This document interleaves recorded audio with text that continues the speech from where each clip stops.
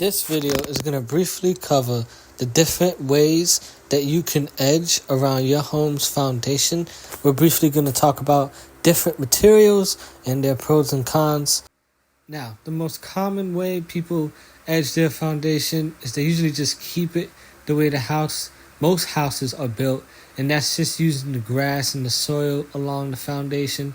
The reason why this one is not as good and the worst on this list is because it provides the least protection from moisture and water.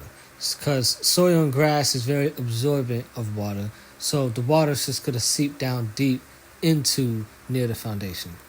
The second, more better option is to add mulch and create a border along that foundation and add that mulch on top of the grass and soil.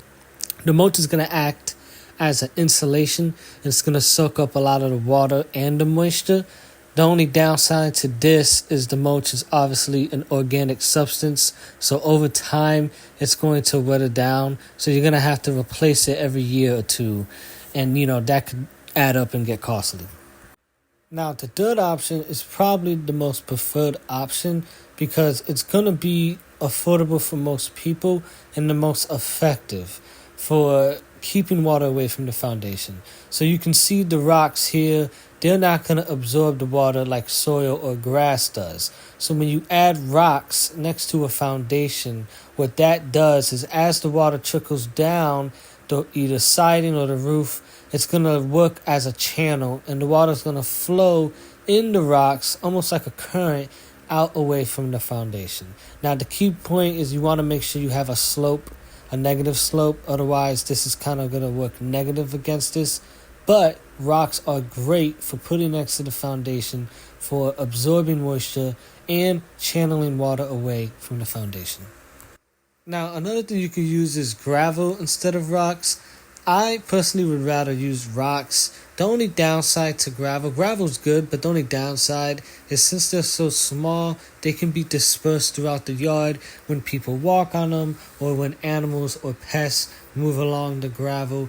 Also, the gravel can move along if there's heavy flooding and strong rain current coming through. That can also move and disperse the gravel along. The rocks just hold more weight, in my opinion, are just a better option. Now, your last two options are going to be your most expensive option, and that's going to be to use concrete and brick around your foundation to protect it.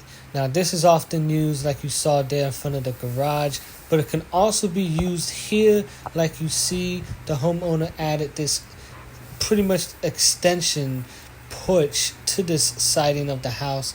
So you can see that there's concrete here instead of grass and dirt like there would have been before.